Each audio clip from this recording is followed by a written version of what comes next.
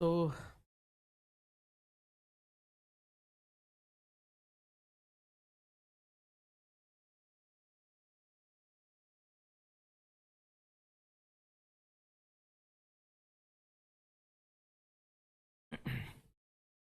तो hello hi नमस्ते राम राम सत श्री अकाल जय हिंद आप सभी लोगों को। कैसे भी आप लोग, आई होप आप सब बढ़िया होंगे, मजे में होंगे, शानदार होंगे। स्वागत है आपका आपके प्यारे इस चैनल पे एक और बार। और मैं आप सभी का हार्दिक अभिनंदन करता हूँ, हार्दिक स्वागत करता हूँ।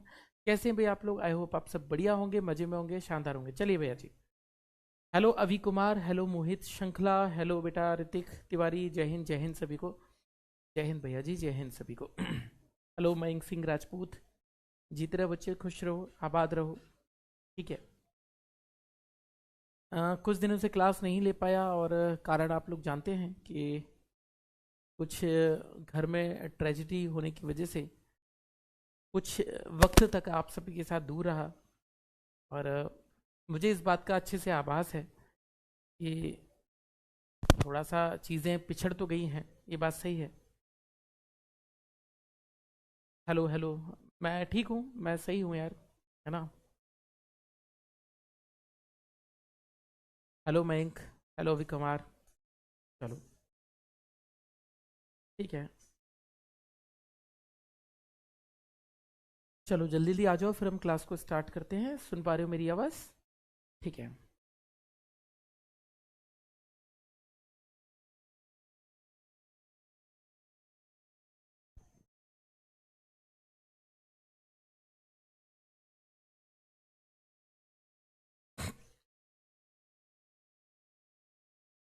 लिखा?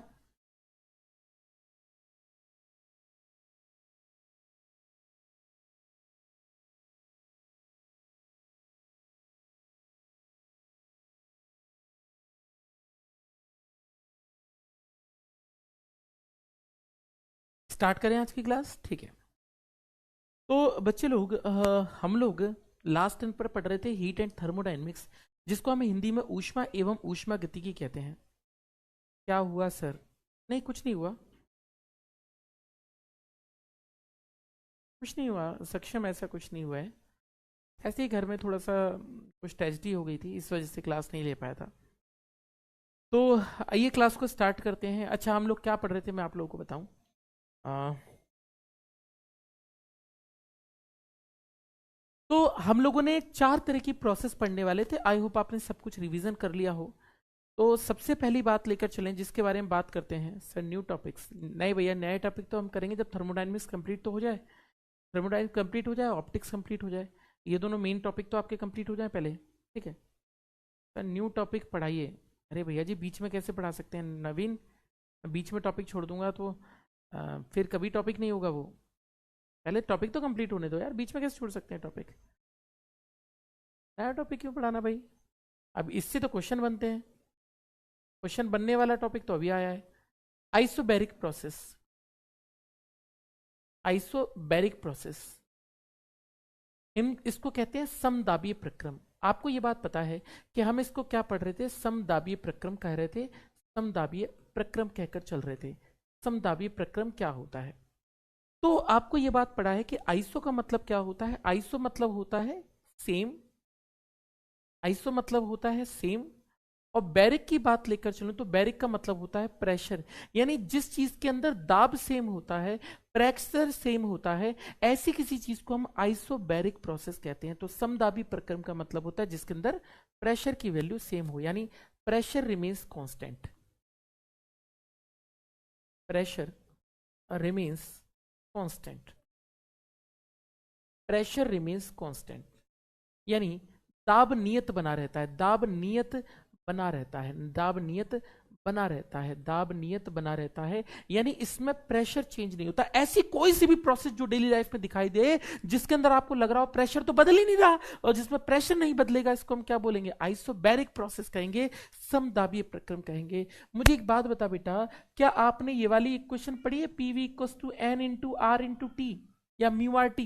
पढ़ी होगी। इसको आइडियल गैस इक्वेशन यानी आदर्श गैस समीकरण कहते हैं। और आपको याद होगा जब हम आइडियल गैस इक्वेशन की बात करते हैं तो भैया जी एन और आर तो पहले से ही कांस्टेंट है, कैसे कांस्टेंट है? आप बोले सर जी ऐसे कांस्टेंट है, n को बोलते हैं नंबर ऑफ मोल्स यानी मोल्स की संख्या, r को बोलते हैं गैस कांस्टेंट यानी गैस नियतांक।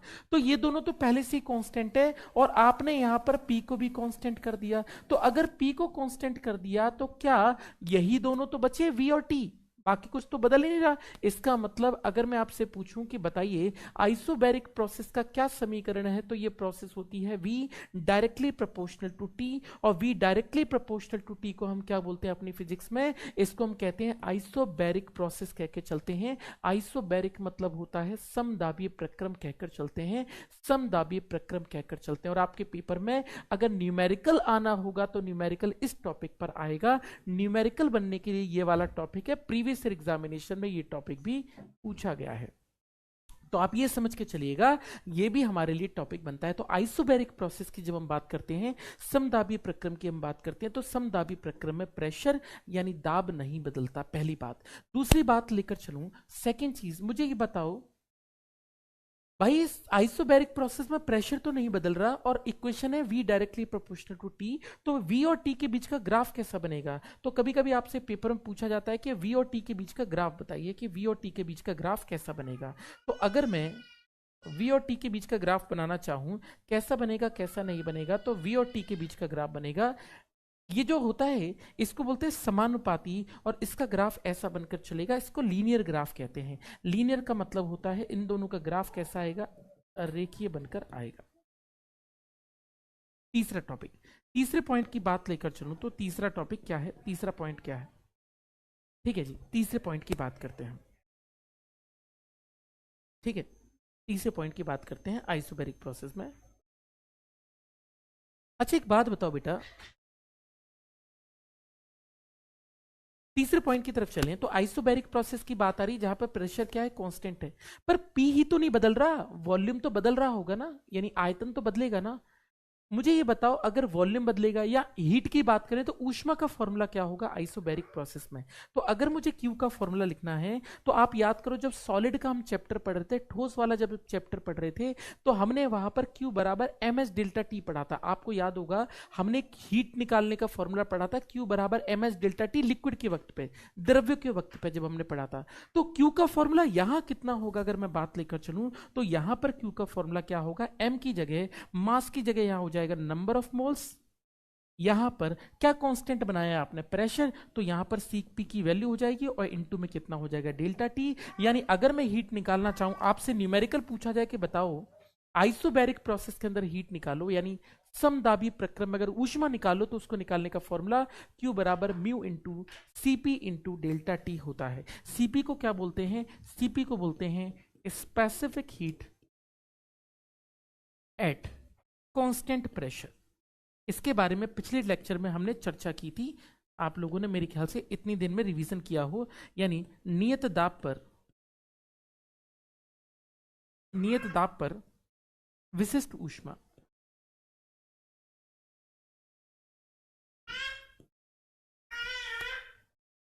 डेल्टा टी को बोलते हैं टेम्परेचर डिफरेंस, तापांतर। तापांतर, और तापांतर को आप चाहे केल्विन में लिखें या डिग्री सेंटीग्रेड में लिखें, बात एक है। म्यू को क्या बोलते हैं? म्यू को बोलते हैं नंबर ऑफ मोल्स, यानी मोल्स की संख्या।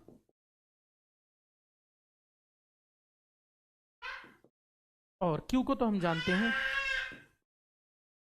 हीट कहते हैं, इसको क्या कहते हैं? ऊष्मा कहते हैं।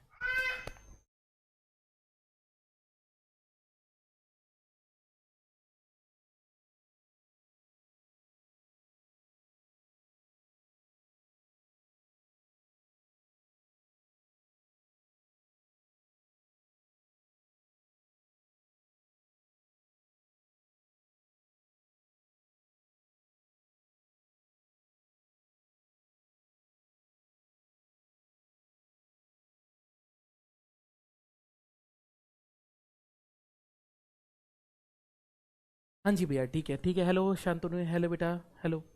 Hello Shivangi, good evening. मैं बढ़िया हूँ यार, मैं बढ़िया हूँ बेटा शिवांगी।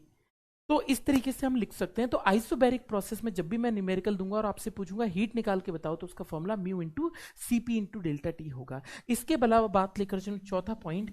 अब हमने कहा प्रेशर बदल नहीं रहा है, दाब बदल नहीं रहा है, ऊष्मा इतनी। अब हम जानते हैं वॉल्यूम कितना बदलेगा, तो वॉल्यूम निकालने का फॉर्मूला होगा V T equals to V zero into में 1 प्लस गामा टी। इस पर कोई न्यूमेरिकल बनेगा नहीं, मैं आपको बता दूं, बस मैं ऐसे ही लिखकर चल रहा हूं क्योंकि आपके सिलेबस का पार्ट है। तो इस तरीके से मैं 1 प्लस गामा टी इसको लिखकर चल सकता हूं, इतना सिंपल सी बात है। तो वी टी बराबर वी जीरो, वी जीरो मतलब क्या होगा,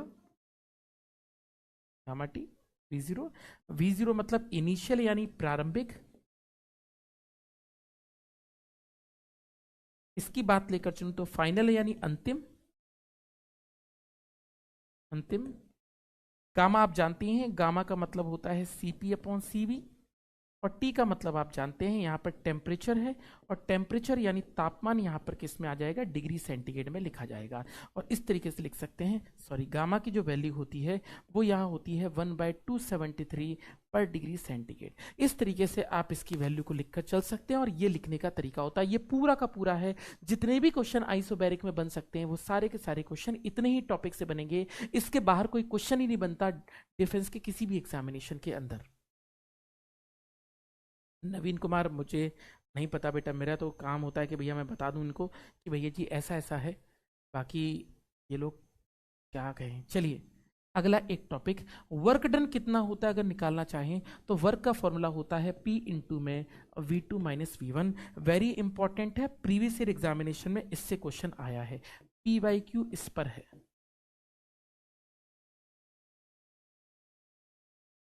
तो इस पर आपके पेपर में क्वेश्चन बना है। तो जब भी हमें वर्क डन निकालना होगा यानी कार्य निकालना होगा, तो हम W बराबर क्या बना के चलेंगे, P into V2 minus V1 बना के चलेंगे। शिवांगी अभी स्टार्ट हुआ है, जस्ट यही पहला पेज है, नहीं यही पेज पहला पेज है जिसको हमने लिखा है। आइसोबैरिक प्रोसेस का मतलब होता है जिसमें दाब नहीं बदलता, प्रेशर नहीं बदलता। PV इक्वल्स टू NRT लिख सकते हैं, N और R तो हमेशा कांस्टेंट है, नंबर है। P जो होता है यहाँ पर कांस्टेंट दे रखा है, तो V और T के बीच में रिलेशन बनता है, V डायरेक्टली प्रोपोर्शनल T, यानी V T के समानुपाती है। इसको हम लोग ये प्रोसेस कहकर चलते हैं। अगर मैं बात लेकर चलूं ग्राफ की, तो ग्राफ कैसा बनता है, लीनियर बनता है V और T के बीच में। अगर मुझे ऊष्मा निकालनी हो आइसोबैरिक प्रोसेस में यानी हीट निकालनी हो, तो फॉर्मूला होता है mu into CP into delta T, और वर्क निकालना हो तो उसका फॉर्मूला होता है P into V2 minus V1। इस तरीके से हम आइसोबैरिक प्रोसेस को पढ़कर चल सकते हैं। आप मुझे बताइए क्या बात ठीक है। आइसोबैरिक प्रोसेस की बात करें तो बस इतना सा टॉपिक है जिसके बारे में हम लिख रहे हैं। क्या आपको इतनी बातें आपके दिमाग में छप गई कि आइसोबैरिक का मतलब क्या क्या है। हेलो हर्षित सिंह रावत, हेलो बेटा, हेलो। अगला नेक्स्ट क्वेश्चन की बात, नेक्स्ट टॉपिक की बात करें तो इसको हम कहते हैं आइसोकोरिक प्रोसेस। आइसोकोरिक प्रोसेस, इसको समआयतनिक प्रक्रम कहते हैं। तो क्या चीज कांस्टेंट बनी रहती है, तो पहला है आइसोकोरिक का मतलब क्या होता है, इसका मतलब होता है वॉल्यूम रिमेन्स कांस्टेंट। ऐसी कोई भी प्रक्रिया जिसके अंदर आयतन ना बदले, वॉल्यूम ना बदले। वॉल्यूम मतलब होता है 5 लीटर 3 लीटर 2 लीटर जितना है, जो वास्तविकता में गैस है उतनी की उतनी बनी रहे, ऐसे को हम बोलते हैं, ऐसी प्रक्रिया को हम कहते हैं आइसोकोरिक प्रोसेस, यानी समआयतनिक प्रक्रम, यानी volume remains constant, volume remains constant, यानी आयतन नियत बना रहता है, आयतन नियत बना रहता है। तो इसमें क्या होता है, वॉल्यूम चेंज नहीं होता है, ठीक है। नहीं नवीन कुमार, 2-3 लेक्चर हो चुके हैं थर्मो के। चलो जी, वॉल्यूम रिमेन्स कांस्टेंट। अच्छा, वॉल्यूम रिमेन्स कांस्टेंट, तो इसकी इक्वेशन क्या बनेगी। तो भैया जी एक बात बताओ, मैं आपको रट्टा मत मारना, कॉन्सेप्ट समझना कि क्या है, कैसे बन रही है इक्वेशन। पीवी बराबर बेटा क्या होता है, एनआरटी, ये तो इक्वेशन होती है। एन और आर तो पहले से ही कांस्टेंट होते हैं। क्वेश्चन में क्या कांस्टेंट दिया गया है, वॉल्यूम, तो वॉल्यूम भी कांस्टेंट हो गया, मतलब वॉल्यूम भी नहीं। तो अब कौन कौन बचा, दो ही लोग तो रह गए, पी और टी, यानी संबंध इन दोनों के बीच में क्या बनेगा, P directly proportional to T, यानी P टी के समानुपाती है, इसी को हम क्या बोलते हैं, ये समीकरण लिखकर चलते हैं। और इसकी बात लेकर चलूं तो इसको हम आइसोकोरिक प्रोसेस कहते हैं। न्यूमेरिकल कभी कभी पहले के एग्जामिनेशन में ऐसे आया करते थे, अब नहीं आते हैं, हालांकि मैं लिखवा के जरूर चलता हूं। तो अगर मैं बात लेकर चलूं तो इस इक्वेशन को हम लोग कहते हैं आइसोकोरिक प्रोसेस कहकर चलते हैं। क्या बात आपको क्लियर हुई इतनी बात? ठीक है, क्लियर है। चलो सेकंड पॉइंट, इसका ग्राफ कैसे बनेगा। तो पी और टी के बीच में ग्राफ कैसा बनेगा, तो पी और टी के बीच में ग्राफ, ये पी है ये टी है, दाब है और तापमान है, इन दोनों का ग्राफ कैसा बनेगा, ऐसा बनेगा, क्योंकि समानुपाती का ग्राफ रेखीय बनता है, तो इन दोनों का ग्राफ ऐसा बनेगा। पॉइंट नंबर तीसरा, ऊष्मा का फॉर्मूला क्या होगा, यानी हीट निकालने का फॉर्मूला क्या होगा। लिक्विड में तरल पदार्थों के अंदर Q बराबर mh डेल्टा टी, जब नियत दाब था यानी प्रेशर कांस्टेंट था, आइसोबैरिक प्रोसेस थी, समदाबी प्रक्रम था, तो Q बराबर mu into Cp into delta T. और यहां पर अगर फॉर्मूला लिखना होगा Q का, तो फॉर्मूला क्या होगा, म्यू इंटू में Cv इंटू में डेल्टा टी। तो यहां पर इसका फॉर्मूला होता है Q इंटू में ये होकर चलता है। Cb को क्या बोलते हैं, Cb को मैं आपको पहले भी बता चुका हूं, इसको बोलते हैं specific heat at constant volume. आपको बताया जाएगा हमेशा कि कितना कितना होगा कितना नहीं होगा। आई होप आपने पुराना रिवीजन किया हो, रिवीजन नहीं किया है पुराना तो जरूर रिवीजन करके आए, वेरी इंपॉर्टेंट है। नियत आयतन पर विशिष्ट ऊष्मा, तो नियत आयतन पर विशिष्ट ऊष्मा, वरना आप पहली बार आएंगे तो आपको कई सारी नई नई चीजें आपको लगेगी कि नई चीजें हुई हैं, लेकिन ये सारी चीजें हम पढ़ा चुके हैं, पहले ही बता चुका हूं। Cp का फॉर्मूला क्या होता है, Cv का फॉर्मूला क्या होता है, Cp क्या होता है, Cv क्या होता है, गामा क्या होता है, ये सभी चीजें हम पहले पढ़ चुके हैं। तो आप उन चीजों को देख कर जरूर आए। नियत आयतन पर विशिष्ट ऊष्मा, ऊष्मा नियत आयतन पर विशिष्ट ऊष्मा। पॉइंट नंबर चौथा Q हो गया। अब P तो बदलेगा, प्रेशर का फॉर्मूला होगा Pt बराबर P0। ये इतना इंपॉर्टेंट नहीं है लेकिन सिलेबस में डाला गया है इसलिए बता देता हूं। गामा का मतलब यहां पर क्या होता है, 1/273 पर डिग्री सेंटीग्रेड होता है। बाकी सब आपको पता ही है। ये फाइनल प्रेशर है, अंतिम दाब कहते हैं इसको। प्रारंभिक दाब है,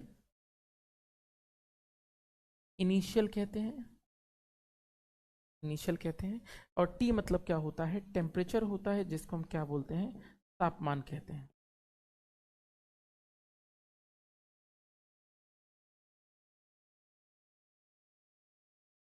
ठीक है जी। पॉइंट नंबर 5वां,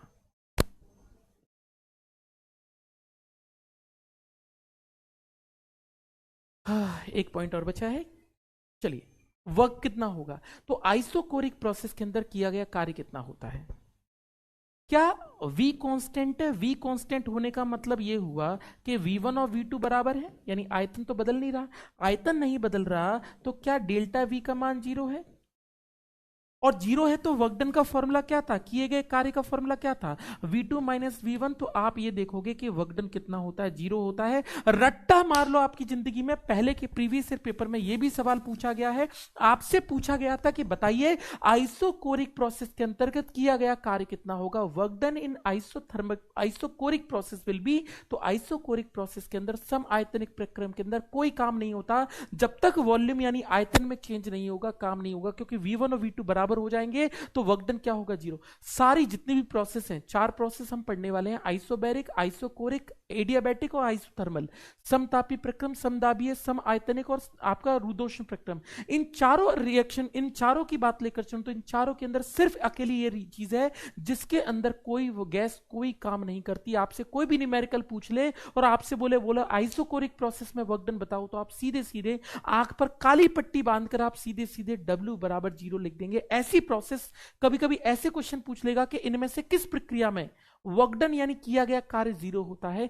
तो आइसोकोरिक प्रोसेस के अंदर गैस कोई काम नहीं करती है, सिर्फ आइसोकोरिक प्रोसेस के अंदर, सम आयतनिक प्रोसेस के अंदर, प्रक्रिया के अंदर किया गया कार्य कितना होता है, 0 होता है। ये एक सवाल और बनकर चलता है। तो आइसोकोरिक प्रोसेस में ये एक छोटा सा सवाल बनकर चलता है। बताइए, कुछ पूछना हो तो पूछ सकते हैं। आई होप आपको मेरी बात समझ आई हो कि मैं क्या कह रहा हूं, क्या नहीं कह रहा हूं? बता के चलिए भैया जी, बता के चलिए, क्या बात आपको क्लियर हो गई है? ठीक है।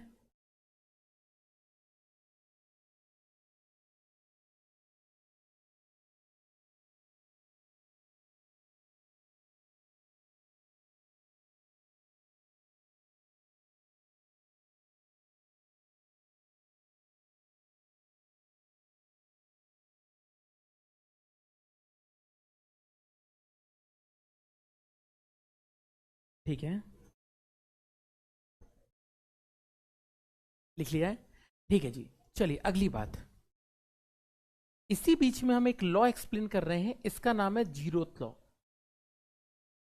इनको लॉ ऑफ थर्मोडायनेमिक्स कहते हैं, यानी ऊष्मागतिकी के नियम कहते हैं।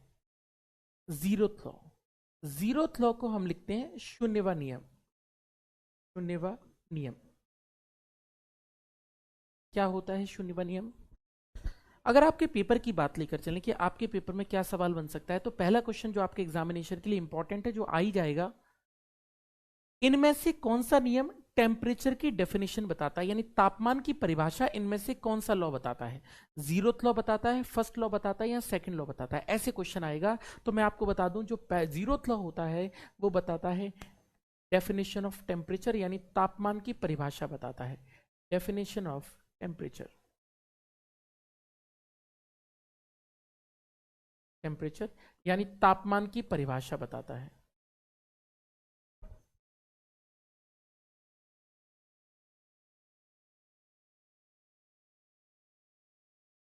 तापमान की परिभाषा बताता है, तो ये बताता है टेम्परेचर की डेफिनेशन।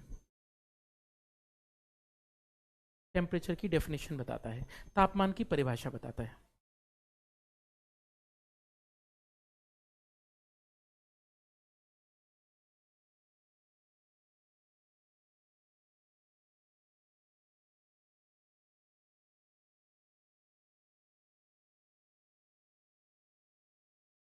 ठीक है, परिभाषा डेफिनेशन क्या है? डेफिनेशन समझाता हूं क्या होती है। बॉडी, ऐसे लिखो, if a body A is in thermal equilibrium, equilibrium with body B and body B is in thermal equilibrium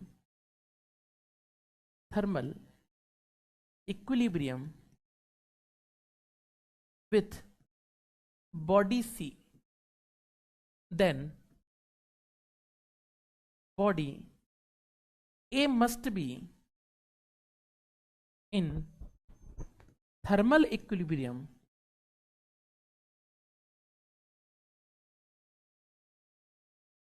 with body C, with body C। कहने का मतलब कितना हुआ? कहने का मतलब है, यदि वस्तु A, वस्तु B के साथ ऊष्मीय संतुलन में है, ऊष्मीय संतुलन का मतलब होता है जिनका टेम्परेचर बराबर हो। जब हम बोलते हैं कि ए बॉडी बी के साथ थर्मल इक्विलिब्रियम में है, मतलब दोनों का टेम्परेचर एक बराबर है, दोनों का ताप एक बराबर है, बी के साथ ऊष्मीय संतुलन में है,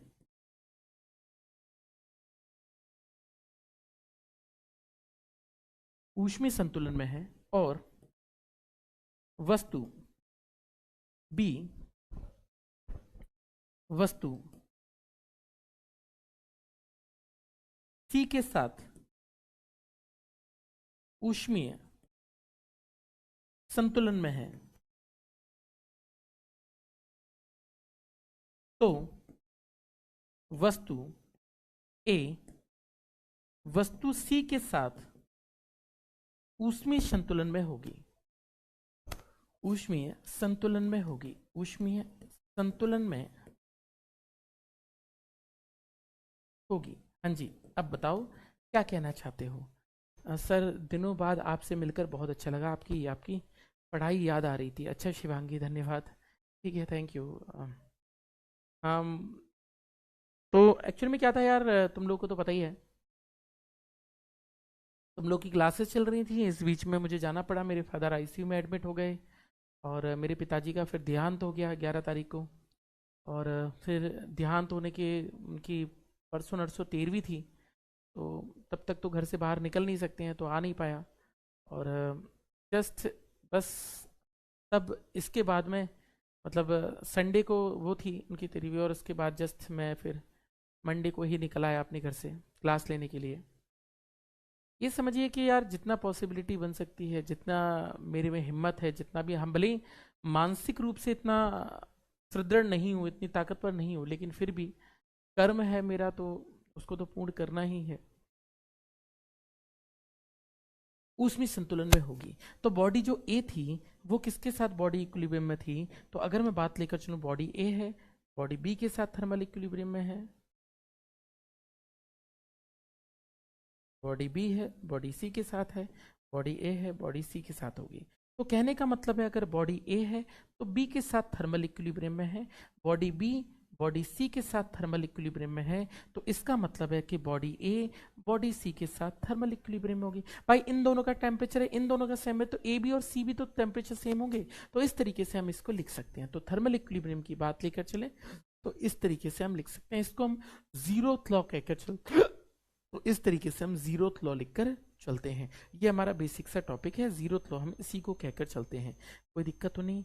अगले लॉ की तरफ चलते हैं, इसको हम कहते हैं फर्स्ट लॉ ऑफ थर्मोडायनेमिक्स, यानी ऊष्मा गतिकी का प्रथम नियम। वेरी इंपॉर्टेंट, आप अपने पेपर में मार्क कर लीजिए, इससे आपके पेपर में न्यूमेरिकल आ सकता है। पिछले से पिछले साल भी इस टॉपिक पे न्यूमेरिकल आया था, तो न्यूमेरिकल बन सकता है। न्यूमेरिकल एक टॉपिक करने जा रहे हैं जिसका नाम है फर्स्ट लॉ ऑफ थर्मोडायनेमिक्स, यानी ऊष्मा गतिकी का प्रथम नियम। प्रथम नियम, ठीक है जी, ऊष्मा गतिकी का प्रथम नियम। आइए जरा देखते हैं ऊष्मा गतिकी का प्रथम नियम, यानी first law of thermodynamics. First law of thermodynamics, thermodynamics, ऊष्मा गतिकी का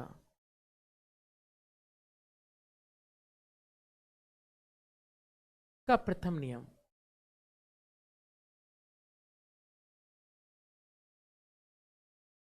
ऊष्मा गतिकी का प्रथम नियम, first law of thermodynamics. Syllabus बहुत बाकी है नवीन कुमार, हाँ सिलेबस बहुत बाकी है। आप लोग शायद मेरे टेलीग्राम पे नहीं है, मतलब मुझे नहीं पता कि आप लोग टेलीग्राम पे हो या नहीं हो। मैंने आप लोगों से कहा भी था कि यार मैं तुम लोगों को रिकॉर्डेड चीज़ें दिलवा देता हूँ, तुम लोग रिकॉर्डेड पढ़ लीजिएगा इतने दिनों में।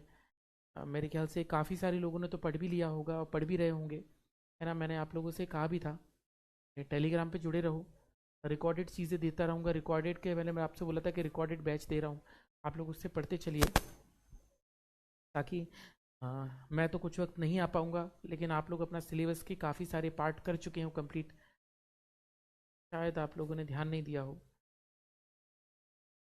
अभी भी ले सकते हो, अभी मेरे साथ लाइव भी पढ़ते हो और रिकॉर्डेड भी करते रहो, तो दोनों चीज़ें करते चलोगे तो आपका सिलेबस जल्दी हो पाएगा, है ना। यहाँ पर रिकॉर्डेड नहीं डल पा रही थी इस कारण से। फर्स्ट लॉ ऑफ थर्मोडायनेमिक्स की बात करते हैं कि क्या है क्या नहीं है। तो फर्स्ट लॉ ऑफ थर्मोडायनेमिक्स क्या कहता है? According to this law, direct लिखो, the heat given to a system, to a system, the heat given to a system is changes to work and remaining heat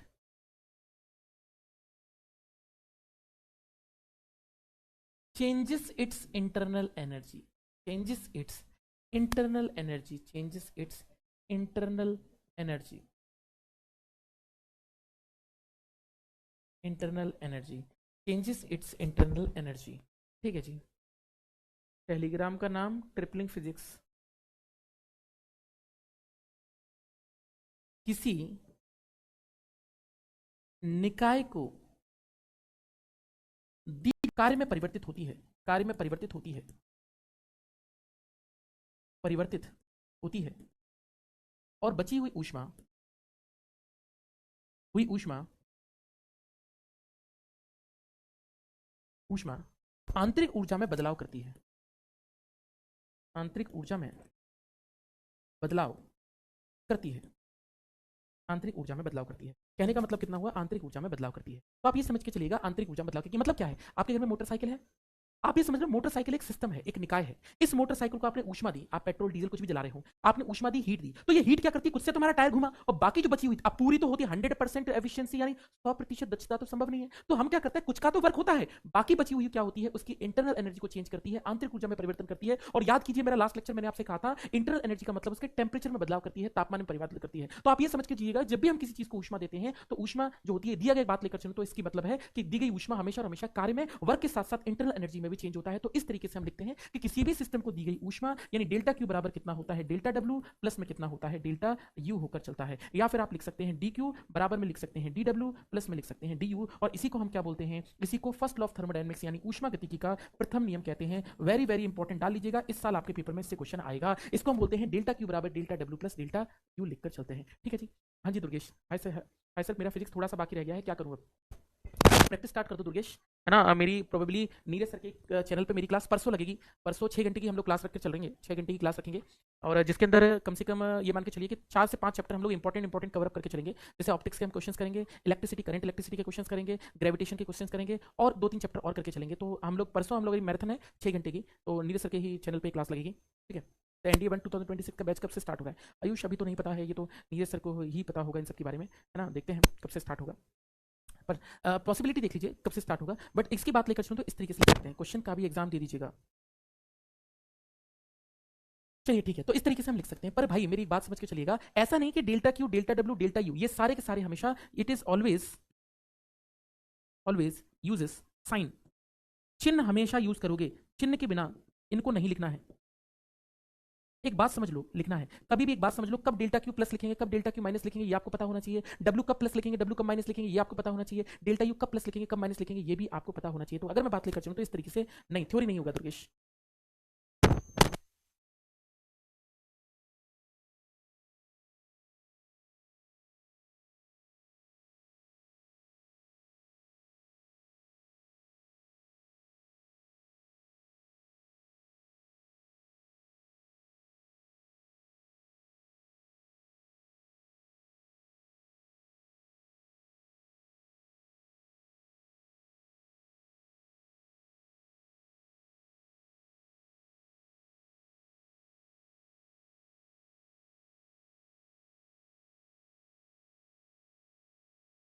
चलिए ठीक है sir जी, marathon में chapter करवा दीजिए। नहीं यार, मैराथन में थ्योरी नहीं है यार, मैराथन में सिर्फ और सिर्फ प्रैक्टिस है, अब तो प्रैक्टिस की बात है। ठीक है। तो अगर मैं बात लेकर चलूँ तो इसके साइन हमें लिखना बहुत जरूरी है, बिना साइन के इनमें से कोई भी चीज नहीं हो सकती। तो अगर मैं बात लेकर चलूँ कि सबके साइन क्या क्या है, हम एक एक करके सबके साइन इस्तेमाल करते हैं कि साइन क्या क्या यूज करके चलोगे। वेरी इंपॉर्टेंट टॉपिक है, फिर हम इसके कुछ न्यूमेरिकल्स कर लेते हैं। साइन की बात लेकर चलूँ तो सबसे पहले हीट का साइन यानी ऊष्मा का साइन आपको क्या यूज करना है। ऊष्मा मतलब होता है हीट, और हीट को आपने लिखा है डेल्टा क्यू से। हम जानना चाहते हैं कि डेल्टा क्यू या फिर आप डी क्यू का साइन क्या यूज करके चलोगे। तो डेल्टा क्यू या डेल्टा क्यू या फिर डी क्यू का साइन आप क्या लिखकर चलते हो, तो डेल्टा क्यू या फिर डी क्यू, इसका साइन आप क्या लिखोगे। तो हीट क्या क्या साइन लिखो, कब डीक्यू को प्लस लिखें और कब डीक्यू को माइनस लिखें मेरे भाई।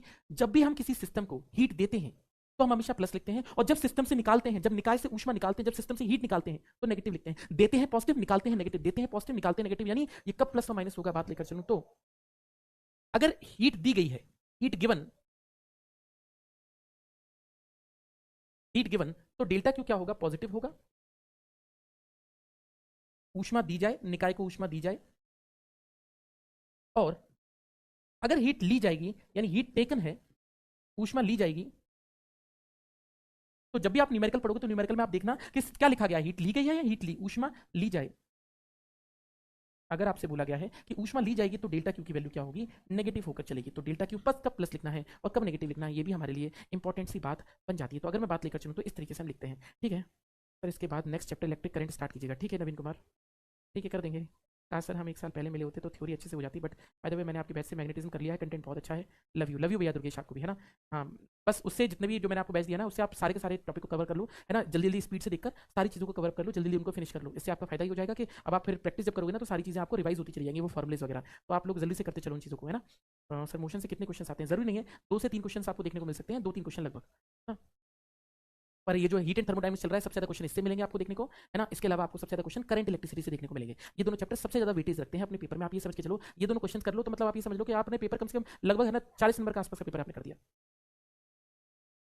चलिए अगली बात, तो हीट दी जाए सिस्टम को तो क्यू पॉजिटिव है, हीट ली जाए तो सिस्टम को क्या बोलेंगे, क्यू नेगेटिव है। तो सबसे पहले यू हम लिखकर चलते हैं। क्यू का फॉर्मूला क्या है बेटे, क्यू का फॉर्मूला, अगर मैं क्यू का फॉर्मूला अगर आप नहीं भूले हो तो आपको याद होगा, आपने कहा था सर जी डेल्टा क्यू का formula mu into CP into delta T होता है, और आपने फॉर्मूला लिखा था सर जी क्यू का formula mu into CV into delta T भी होता है। दो फॉर्मूले आप इसके पढ़कर चल चुके हो। डेल्टा क्यू ये कब यूज होगा और ये कब यूज होगा ये भी आपको पता है। ये आपने कहा था आइसोबैरिक में इस्तेमाल करेंगे, आइसोबैरिक का मतलब होता है समदाबी प्रक्रम में इस्तेमाल करेंगे। और आपने मुझसे कहा था कि सर जी ये फॉर्मूला हम इस्तेमाल करेंगे जब आइसोकोरिक प्रोसेस होगी, यानी समदाबी प्रक्रम होगा, सम आयतनिक प्रक्रम होगा, आपको तब यूज करना होगा। आपको मैं पिछला वाला भी रिवाइज करा दूं, आपको ये याद होगा सीपी और सीवी कैसे निकालते थे। सीपी निकालने का फॉर्मूला अगर आप नहीं भूले हो तो आपने लिखा था f/2 प्लस 1 इंटू आर लिखा था। आपने सीवी निकालने का फॉर्मूला लिखा था f/2 इंटू आर। अगर अभी भी याद नहीं है तो अभी भी याद कर लो कि ये फॉर्मूला लिखा था। आपको याद होगा f की वैल्यू आपने लिखी थी 3, किसके लिए, मोनो एटॉमिक गैस के लिए। मोनो एटॉमिक गैस का मतलब होता है एक परमाणु गैस के लिए आपने इसकी वैल्यू, एक परमाणु गैस के लिए आपने इसकी वैल्यू इतनी लिखी थी। आपको याद होगा f की वैल्यू आपने 5 लिखी थी डाया एटॉमिक गैस के लिए, यानी द्विपरमाणु गैस के लिए। द्विपरमाणु गैस जो होती है जिसमें दो परमाणु होते हैं, जैसे नाइट्रोजन ऑक्सीजन की बात लेकर चले वैसे, तो f की वैल्यू 5 लिखी थी। आगे आपने 6 और 7 लिखी थी, है ना, ट्राइएटॉमिक के लिए, त्रिपरमाणु गैस के लिए।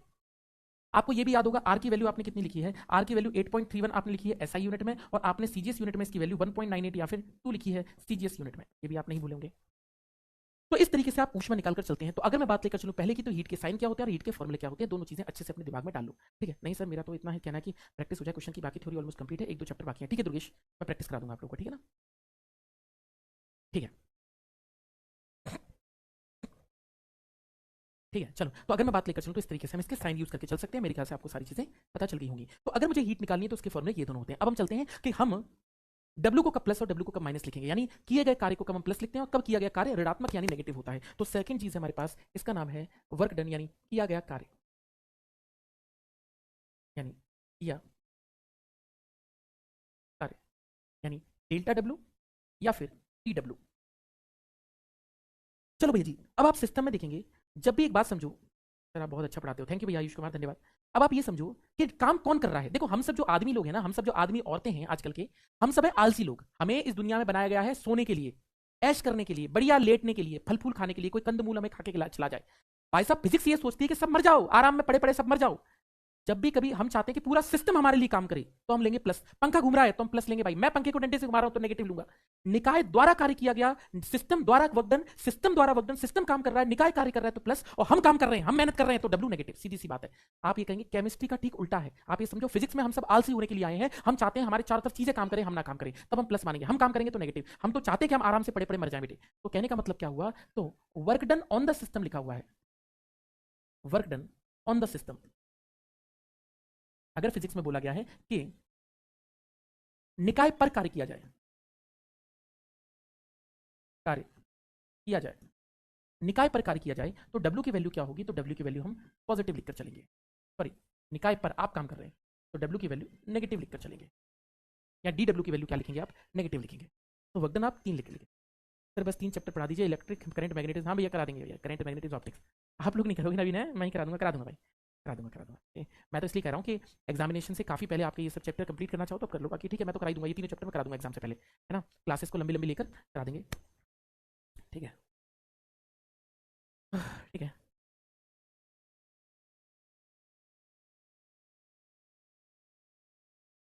ठीक है, work done by the system, by the system. अगर work done by the system की बात लेकर चले कितना होगा, तो work done by the system यानी निकाय द्वारा कार्य किया जाए, निकाय द्वारा कार्य किया जाए, द्वारा कार्य किया जाए, तो निकाय द्वारा कार्य किया जाए तो उसको हम क्या लिखकर चलेंगे, तो उसको हम लिखकर चलेंगे W बराबर पॉजिटिव लिखकर चलेंगे, तो W बराबर पॉजिटिव होगा। तो वर्क डन हमें कब प्लस लेना है, यानी किया गया कार्य कब प्लस होगा, जब सिस्टम काम करेगा। हम काम करेंगे तो हम किसको लेके चलेंगे, नेगेटिव लेकर चलेंगे। तो वर्क डन हम क्या लेकर चलेंगे, नेगेटिव लेकर चलेंगे। वर्क का फॉर्मुला आपको याद दिला दूं बेटा, W का फॉर्मुला आपने लिखा था P इंटू में V2 minus V1। I hope आप नहीं भूले होंगे, एक सेकंड देना।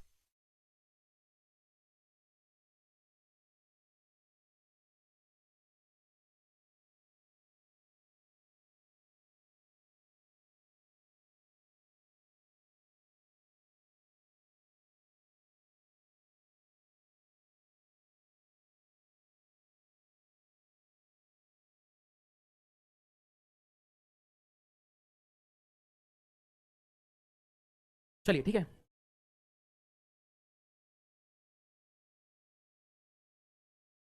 ठीक है, चलिए अगले की बात लेकर चलते हैं। तो ये हमारे सीधी बात है, इस तरीके से हम लिखकर चलते हैं। ठीक है, अगले की बात करते हैं। तीसरे साइन है जिसको हम लोग कहते हैं इंटरनल एनर्जी के साइन, यानी इंटरनल एनर्जी आंतरिक ऊर्जा में कब आप प्लस लेकर चलेंगे और कब आप माइनस लेकर चलेंगे। तो इंटरनल एनर्जी यानी आंतरिक ऊर्जा की बात कर रहे हैं,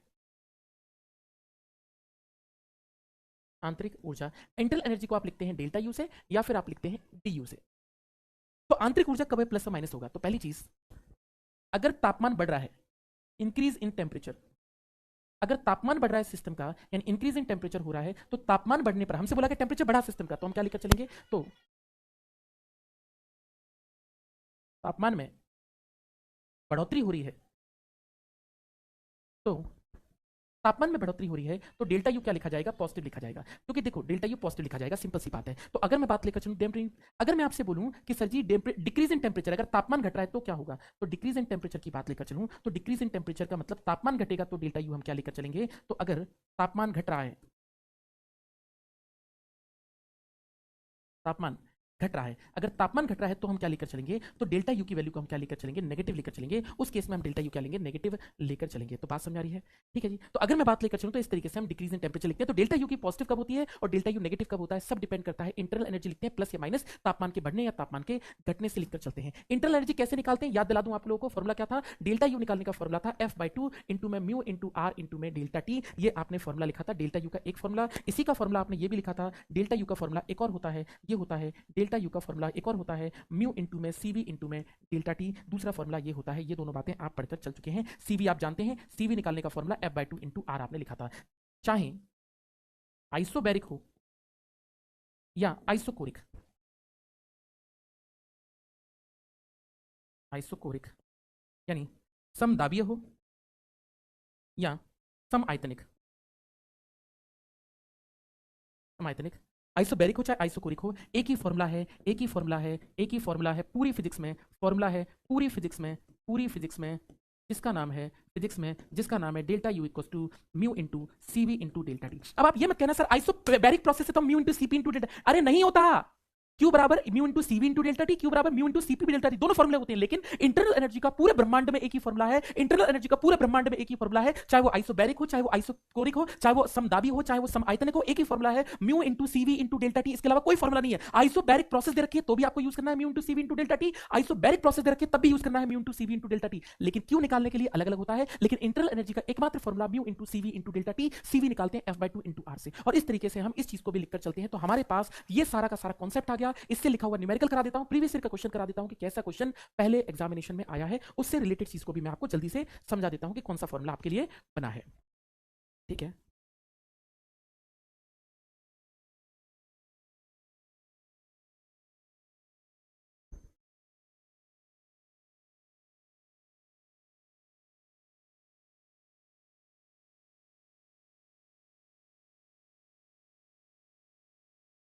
चलिए बहुत बढ़िया। ठीक है, आई बात समझ में आपको, क्या न्यूमेरिकल्स पे चल सकते हैं हम लोग।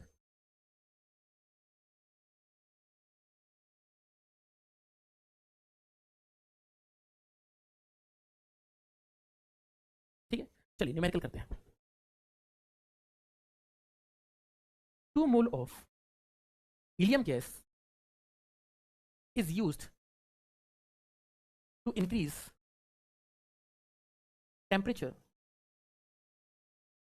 from 20 degree centigrade to 20 degree centigrade to 70 degree centigrade, 70 degree centigrade. Find delta Q, delta W and delta U. Find delta Q, delta W and delta U in isobaric process. जरा मुझे करके तो बताओ न्यूमेरिकल आंसर कितना निकलेगा, तीनों चीजें निकालकर मुझे जल्दी से बता दो। एक न्यूमेरिकल आप सबके लिए ले लेता हूं इस टॉपिक से संबंधित, जरा मुझे बताइएगा इसका आंसर क्या निकलेगा। 2 मोल, 2 मोल हीलियम गैस, 2 मोल हीलियम गैस का प्रयोग तापमान 20 डिग्री सेंटीग्रेड से 70 डिग्री सेंटीग्रेड बढ़ाने में किया जाता है, किया जाता है, किया जाता है। समदाबी प्रक्रम में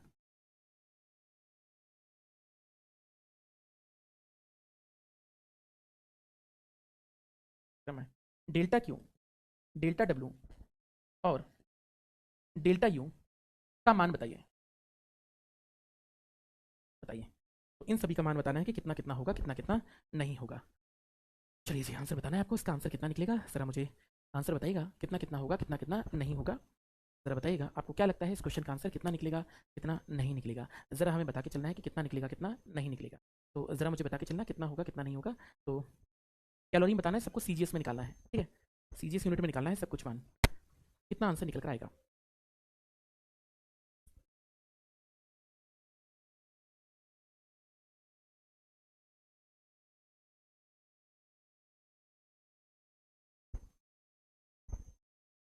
चलिए सॉल्यूशन करते हैं। क्या क्वेश्चन है, सुनिएगा मेरी बात को कि क्या क्वेश्चन पूछा गया है। तो एक बात समझिएगा, हमें पहली चीज निकालनी है डेल्टा क्यू। एक बात बताओ मुझसे, कौन सी प्रोसेस है? Isobaric process. और मैंने आपसे कहा था आइसोबैरिक प्रोसेस के लिए आइसोबैरिक क्यू का फॉर्मूला डिपेंड करता है कौन सी प्रोसेस है उस पर। और डेल्टा क्यू का फॉर्मूला क्या होगा? तो डेल्टा क्यू का फॉर्मूला आपने पढ़ा था म्यू इंटू में कौन सी प्रोसेस, सीपी, यानी सीपी इंटू डेल्टा टी होगा। अब आप बोले सर जी सीपी का फॉर्मूला क्या होगा, सीपी कैसे लिखें? तो बेटा सीपी का फॉर्मूला आपने कहा था F by two into R है, और F by two plus one into R है।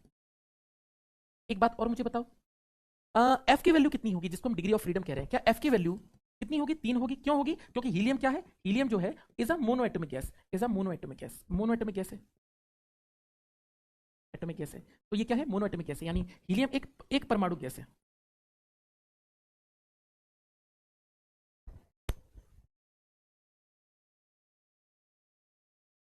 ठीक है जी।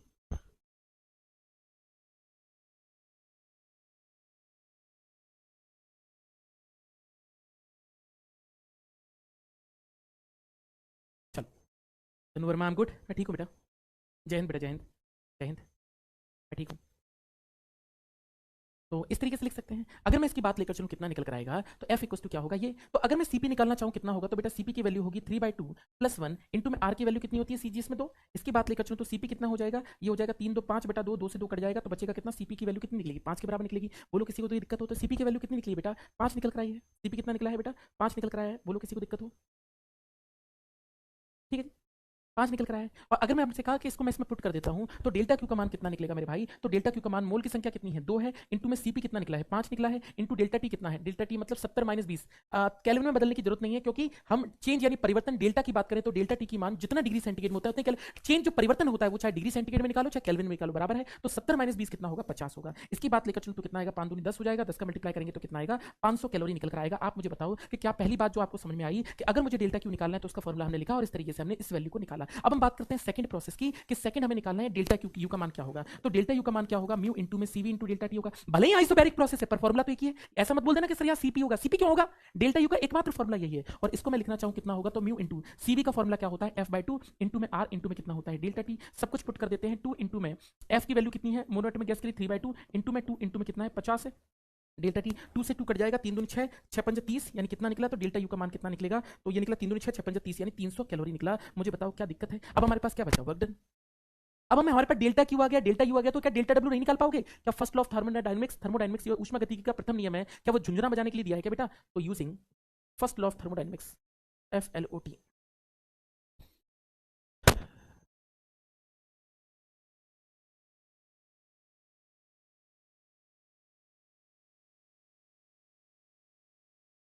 तो थर्मोडायनामिक्स यानी ऊष्मागतिकी का प्रथम नियम का यूज करके हम जानते हैं डेल्टा क्यू की वैल्यू किसके बराबर होती है? Delta W plus delta U के बराबर होती है। डेल्टा क्यू की वैल्यू आपने कितनी निकाली थी? 500 कैलोरी, बराबर में डेल्टा डब्ल्यू प्लस में कितनी निकली? 300 कैलोरी। और डेल्टा डब्ल्यू यहाँ से निकालेंगे तो कितना निकलेगा? 200 कैलोरी। ये लीजिए, ये न्यूमेरिकल है जो इस टॉपिक पर बनता है, और इस प्रोसेस को हम क्या बोलते हैं? फर्स्ट लॉ ऑफ थर्मोडायनामिक्स कहते हैं, यानी ऊष्मागतिकी का प्रथम नियम कहते हैं। इससे ज्यादा इंडिया में किसी डिफेंस एग्जामिनेशन में नहीं बनता। जब चाहे कोई सा भी एग्जाम देख लो इंडिया में, कोई भी एग्जाम दे लो जाके।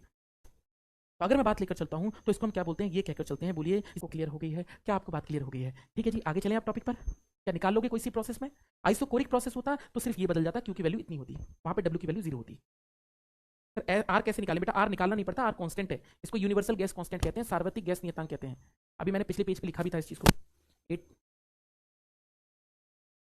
ये लिखा था आर की वैल्यू 8.31 होती है एसआई यूनिट में, 2 होती है सीजीएस यूनिट में। यूनिवर्सल गैस कांस्टेंट है, सार्वत्रिक गैस नियतांक है। और इस तरीके से हम इसको लिखकर चल सकते हैं। तो अगर मैं बात लेकर चलूं तो इस तरीके से हम आइसो मतलब इस चीज से हम लिखकर चल सकते हैं। अब हम चलेंगे आइसोथर्मल प्रोसेस यानी समतापीय प्रक्रम की ओर और देखते हैं आइसोथर्मल प्रोसेस में क्या क्या टॉपिक्स हैं जो कुल मिला के बनता है। चलिए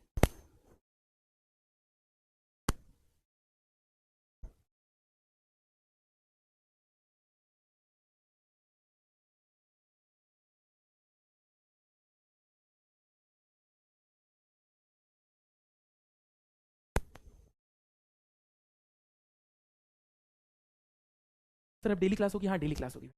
चलो, तो नेक्स्ट प्रोसेस है, इसका नाम है आइसोथर्मल प्रोसेस। थोड़ा सा टेक्निकल और आ गया है, अब थोड़ा सा और डिटेल में पढ़ोगे आप लोग, सुनते चलिएगा, बहुत इंपॉर्टेंट प्रोसेस है, इसको बोलते हैं आइसोथर्मल प्रोसेस। हिंदी में कहते हैं समतापीय प्रक्रम। आइसोथर्मल प्रोसेस यानी समतापीय प्रक्रम कहकर चलते हैं, आइसोथर्मल प्रोसेस कहकर चलते हैं। नमस्ते भाई रजनी, नमस्ते।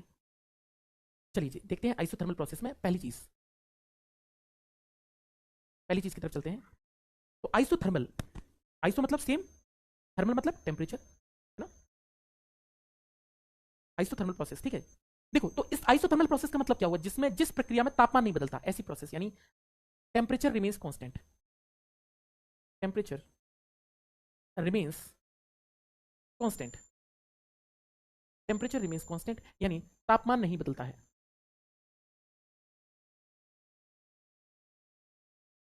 तापमान नहीं बदलता है, तो जिसके अंदर टेम्परेचर कांस्टेंट बना रहता है, ऐसी प्रोसेस को हम क्या बोलते हैं, आइसोथर्मल प्रोसेस कहकर चलते हैं, यानी समतापीय प्रक्रम कहकर चलते हैं। इसको हम क्या बोलते हैं, आइसोथर्मल प्रोसेस कहकर चलते हैं, यानी समतापीय प्रक्रम कहकर चलते हैं। बहुत बढ़िया।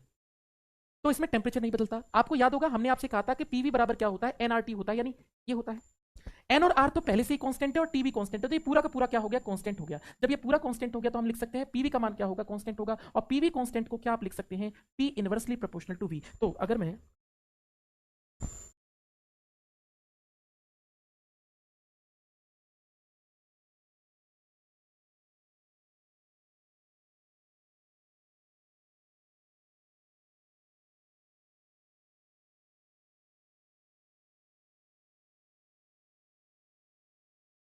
चलिए जी, तो क्लास कितने बजे तक होगी, 9:30 तक। तो अगर मैं बात लेकर चलूं तो इसमें टेम्परेचर कांस्टेंट है। तो अगर मैं आपसे पूछूं कि भैया जी आइसो थर्मल प्रोसेस की इक्वेशन क्या है, तो P inversely proportional to V, यानी दाब बढ़ाएंगे तो प्रेशर बढ़ेगा, तो आयतन क्या होगा, कम होगा। तो प्रेशर बढ़ने से वी कम होता है, इन दोनों को हम क्या बोलते हैं, आइसो थर्मल प्रोसेस कहते हैं। न्यूमेरिकल बनता है इस टॉपिक पर कि भैया जी, इस न्यूमेरिकल बनता है इस टॉपिक पर कि भैया जी P1 बाय P2 का मान किसके बराबर होता है, V2 बाय P1 के बराबर होता है। इस पर न्यूमेरिकल बनता है। हालांकि पहले बनते थे, अब नहीं बनते, बट इस चीज पे बन सकता है। अगर मैं बात लेकर चलूं सेकंड प्रोसेस की, तो दूसरी तरफ चलते हैं, ठीक है जी, दूसरी चीज पे चलते हैं। बेटा समतापी प्रक्रम है, यानी टेम्परेचर तो बदल नहीं रहा। तो मुझे एक बात बताओ, टेम्परेचर नहीं बदल रहा तो क्या टेम्परेचर कांस्टेंट होने का मतलब, टेम्परेचर कांस्टेंट होने का मतलब अगर तापमान नहीं बदल रहा तो क्या मैं बोल सकता हूं परिवर्तन जीरो होगा? क्या ये कहना सही है? अरे भैया टेम्परेचर नहीं बदल रहा तो डेल्टा टी तो जीरो होगा कि नहीं होगा? डेल्टा टी तो जीरो होगा मेरे भाई, डेल्टा टी तो जीरो होगा। अगर तापमान नहीं बदल रहा, अगर टी कांस्टेंट है, तो मतलब डेल्टा टी क्या होगा, जीरो होगा। तापमान डेल्टा परिवर्तन कितना होगा, जीरो। टी1 भी वही है, टी2 भी वही है, तो डेल्टा क्या हो गया, जीरो हो गया। परिवर्तन कितना हो गया, जीरो। अगर डेल्टा टी जीरो है तो इंटरनल एनर्जी क्या होगा, तो change in internal energy, change in internal energy, change in internal energy, या इंटरनल एनर्जी की बात करूं तो इंटरनल एनर्जी इस वाले प्रोसेस में नहीं निकाली जाती। डेल्टा यू बराबर म्यू इंटू सीपी, वो CB into delta T isobaric में भी लगता है, आइसोकोरिक में, लेकिन आइसोथर्मल में डेल्टा यू का मान कितना होता है, जीरो होता है। यहां कभी नहीं लिखनी है, ये भी आपके एग्जाम के लिए वेरी वेरी इंपॉर्टेंट है, इसको भी वेरी इंपॉर्टेंट डाल लीजिएगा। पूछा जाएगा कि इनमें से किस प्रक्रिया में change in internal energy zero होता है, यानी तापमान में परिवर्तन शून्य होता है। तो यहां तापमान में परिवर्तन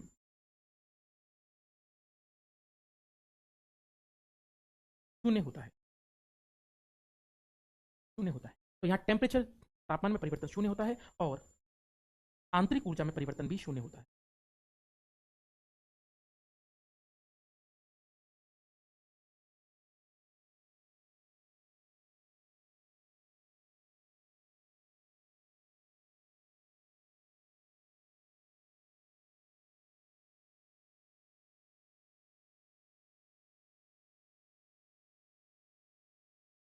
चलिए जी, तो ऐसी प्रोसेस जिसके अंदर कोई इंटरनल एनर्जी में चेंज नहीं होता, उस प्रोसेस को हम आइसोथर्मल प्रोसेस यानी समतापीय प्रक्रम कहते हैं। बताइए, किसी को कुछ पूछना हो तो आप मुझसे पूछ सकते हैं। क्या आप मुझे बता सकते हैं पी और वी के बीच में क्या ग्राफ बनेगा, यानी दाब और आयतन के बीच का ग्राफ बताओ।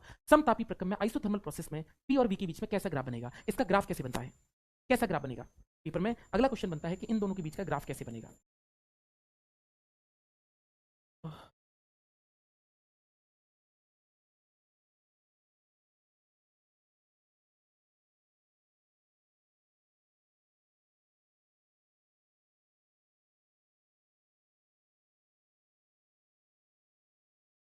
बोलते हैं पैराबोलिक ग्राफ बनेगा, परवलयाकार।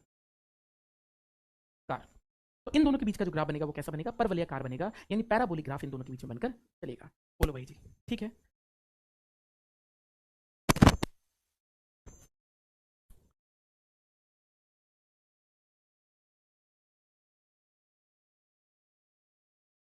ठीक है, कोई चीज़ की दिक्कत हो तो पूछ लो, बाकी ठीक है।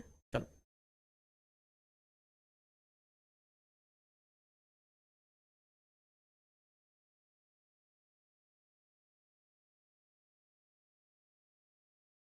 चलिए जी, नेक्स्ट पॉइंट, पॉइंट नंबर 4। चलिए थोड़ा सा अच्छे लेवल पे जा रहे हैं, सुनते चलिएगा मेरी बात को। बेटा पीवी बराबर क्या है? कांस्टेंट है। पीवी बराबर क्या है? कांस्टेंट है। एक बात बताओ, एक्स वाई का डिफरेंशिएशन कितना होगा? एक्स वाई का अवकलन कैसे करते हैं? एक्स वाई का डिफरेंशिएशन कैसे करते हैं टी के रिस्पेक्ट में? तो आप क्या करते थे, याद करो, आप करते थे पहले x into D Y by D T plus Y into D X by D T. अगर आप नहीं भूले हो तो आपको याद होना चाहिए कि भैया जी ऐसे ही करते थे, ऐसे ही तो करते थे। ऐसे ही पहले वाले को लिखा, दूसरे का डिफरेंशिएशन, दूसरे का अवकलन, दूसरा लिखा, पहले का अवकलन, ऐसे तो लिखते थे। सेम यहां पर भी अगर मैं डिफरेंशिएशन करता हूं तो डिफरेंशिएटिंग, अवकलन करने पर,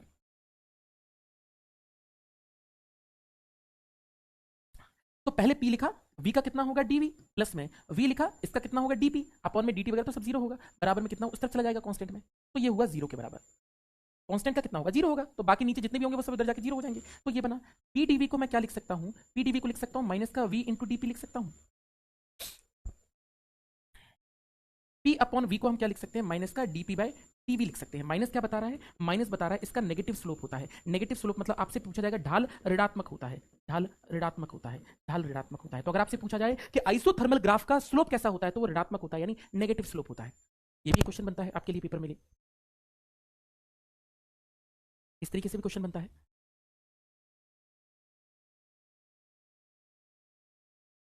ठीक है, चलिए बताइए क्या बात, ठीक है? ठीक है, चलो जी। तो थोड़ा सा आप लोग को आज जल्दी छोड़ रहा हूँ, ठीक है? 9:15 पे छोड़ रहा हूँ, ठीक है? बाकी हम अपनी क्लास को कल कंटिन्यू करते हैं इसी